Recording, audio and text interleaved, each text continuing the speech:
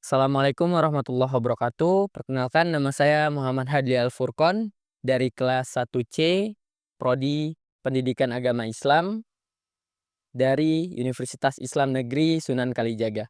Pada kesempatan kali ini saya akan membahas tentang pemikiran dan konsep tentang hadis oleh Profesor Dr. Al-Fatih Suryadilaga. Dan kali ini saya sedikit akan membedah tentang karya beliau yaitu metodologi syarah hadis. Ada pepatah yang mengatakan bahwa tak kenal maka tak sayang, maka dari itu kita akan melihat dan mengenal sedikit banyaknya tentang Profesor Dr. Al-Fatih Suryadilaga ini. Dr. Muhammad Al-Fatih Suryadilaga, SAG MAG atau yang akrab dipanggil dengan Gus Muh, adalah seorang ulama, akademisi dan tokoh hadis Indonesia yang dikenal atas kontribusinya dalam pengembangan studi hadis dan pendidikan agama Islam. Beliau juga pernah menjabat sebagai ketua program studi ilmu hadis di Fakultas Usuluddin dan Pemikiran Islam di UIN Sunan Kalijaga, Yogyakarta. Selain itu, Gusmuh juga memimpin Asosiasi Ilmu Hadis Indonesia atau ASILA, sebuah organisasi yang berfokus pada pengembangan ilmu hadis di tanah air. Gusmuh juga dikenal sebagai pribadi yang rendah hati dan memiliki dedikasi tinggi terhadap ilmu pengetahuan. Beliau aktif dalam berbagai seminar dan diskusi ilmiah serta memiliki jaringan yang luas di kalangan akademisi dan praktisi keilmuan hadis. Kepemimpinan dan kontribusinya dalam dunia pendidikan dan keilmuan telah meninggalkan jejak yang sangat mendalam ya bagi kalangan eh, rekan kerjanya. Namun Gus Muh ini wafat pada tanggal 4 Februari 2021. Selanjutnya kita mengenal lagi bagaimana Gus Muh ini adalah seorang pemikir yang berkontribusi yang signifikan dalam bidang studi hadis, terutama dalam hal pendekatan yang lebih kontekstual dan kritis dalam pengembangan pemikiran hadis, karya Al-Fatih Suryadilaga. Dia menekankan pentingnya konteks sosial dan budaya dalam memahami hadis, serta mendorong pendekatan multidisipliner yang dapat memperkaya penelitian hadis. Nah, kita masuk dalam pemikiran beliau atau ide-ide beliau tentang metodologi hadis. Bagaimana seharusnya hadis itu diterapkan. Yang pertama, konteks sosial dan budaya dalam pemahaman hadis. Salah satu pokok pemikiran Suryadilaga yang menonjol adalah penekanannya pada pentingnya mempertimbangkan konteks sosial budaya dalam pemahaman hadis. Menurutnya hadis tidak hanya merupakan teks religius yang harus dipahami secara literal, tetapi juga mencerminkan situasi, kondisi, dan dinamika sosial. Yang bagaimana Nabi Muhammad hadis yang telah disampaikan Nabi Muhammad SAW sering kali berakar pada nilai-nilai sosial yang ada di masyarakat Arab pada waktu itu, seperti struktur sosial, hubungan antar kelas dan norma-norma yang berlaku pada saat itu. Dengan memahami konteks ini, pemahaman terhadap hadis menjadi lebih hidup dan relevan dengan realitas sosial yang ada. Gus Muh berpendapat bahwa hadis bukanlah dokumen yang terlepas dari masa dan tempatnya, melainkan teks yang selalu berinteraksi dengan konteks di mana ia dihasilkan. Oleh karena itu, pemahaman yang terbatas pada teks tanpa memperhitungkan latar belakang sosial dan budaya akan mengarah pada interpretasi yang dangkal dan mungkin tidak relevan dengan kondisi kekinian. Sebagaimana contohnya ialah ketika kita memahami konteks bagaimana orang zaman dahulu itu melakukan zakat. Nah, sekarang juga ada yang namanya zakat tidak harus membayarnya dengan seperti yang ada pada masa dahulu, seperti itu. Ada yang namanya sekarang zakat profesi. Nah, itu adalah bentuk fleksibel dari penerapan hadis atau hukum yang terjadi pada masa lalu yang menyesuaikan sosial budaya pada saat ini. Selanjutnya adalah pendekatan multidisipliner dalam studi hadis yang dijelaskan oleh Gus Muh ini.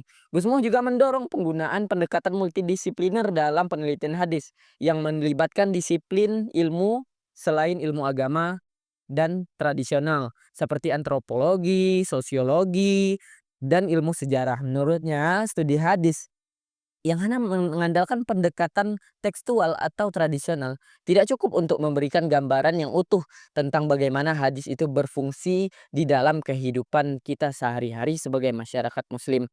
Nah, pendekatan multidisipliner ini bagi Gusmu akan memungkinkan peneliti untuk memahami dinamika sosial yang berhubungan dengan penerapan hadis dan sunnah dalam kehidupan sosial, serta bagaimana interaksi sosial, politik, dan ekonomi mempengaruhi penerimaan dan pengalaman ajaran Islam. Dengan demikian, penelitian hadis tidak hanya berhenti pada teks-teks itu sendiri, tetapi juga pada bagaimana teks tersebut berperan dalam masyarakat. Kita masuk selanjutnya, bagaimana pemikiran Gusmu atau Dr. Al-Fatih Suryadilaga ini pada metodologi penelitian hadis. Beliau juga mengkritik terhadap kualitas penelitian hadis di Indonesia. Gusmu juga memberikan kritik tajam terhadap rendahnya kualitas penelitian hadis di Indonesia. Ia menyoroti banyaknya penelitian yang cenderung terbatas pada pengumpulan dan pengulangan informasi yang ada tanpa menambahkan nilai-nilai analitisnya dalam kajian tersebut. Banyak karya-karya akademis yang hanya mengulang, baik dari segi metodologi maupun kedalaman analisis.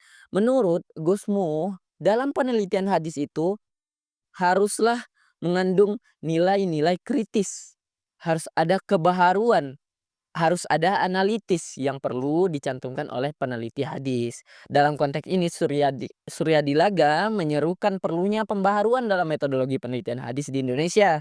Ia berpendapat bahwa peneliti harus lebih kritis dan menganalisis hadis dengan mempertimbangkan konteks sejarah, sosial, dan kultural tadi, seperti konsep multidisipliner tadi. Kita selanjutnya masuk kepada pemikiran Al-Fatih Suryadilaga. Dia juga, sebenarnya beliau tidak orang yang pertama yang membedakan konsep ini. Beliau membedakan antara apa bedanya sunnah dan hadis. Nah, salah satu konteks dari penting Suryadilaga adalah dalam hal membedakan antara sunnah dan hadis. Menurutnya seringkali terjadi kebingungan dalam membedakan dua konsep ini. Dalam kajian Islam, sunnah mengacu pada praktik atau teladan hidup Nabi Muhammad SAW. Sedangkan hadis adalah laporan atau rekam tentang perkataan, perbuatan, atau persetujuan Nabi di masa lalu.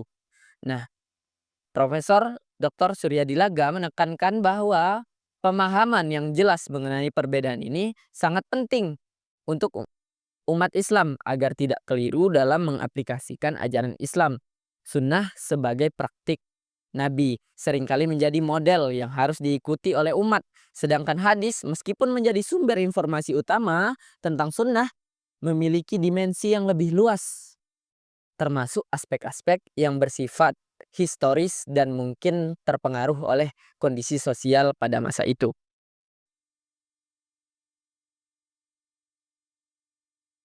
Kita masuk kepada kesimpulan. Nah, hal ini saya rangkum dari karya beliau yaitu metodologi syarah hadis. Ini adalah intisari dari karya beliau. Maka dari itu hendaklah kita untuk mentelaah karya dari seorang ahli dalam bidangnya.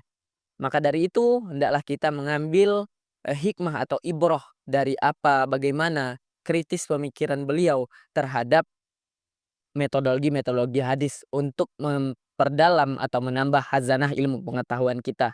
Sebagaimana yang kita ketahui, semakin dalam pengetahuan kita terhadap suatu hukum, maka kita tidak akan mudah untuk menjudge suatu golongan tersebut. Maka kita akan meneliti dari banyak sudut pandang jika kita memiliki banyak pengetahuan tentang keilmuan itu. Maka dari itu, saya sebagai eh, penyampai materi pada hari ini, berpesan kepada teman-teman di rumah untuk, selalu menambah ilmu pengetahuan dan jangan bosan untuk, menambah pengetahuan atau pembelajaran. Karena dalam pembelajaran dan pengetahuan tersebut terdapat pahala sehingga nanti kita akan dapat mempertanggungjawabkan pengetahuan tersebut di akhirat, sehingga itu menjadi nilai plus kita untuk menghadap Allah Subhanahu wa taala. Saya Muhammad Hadli Al Furqon, salam akademisi.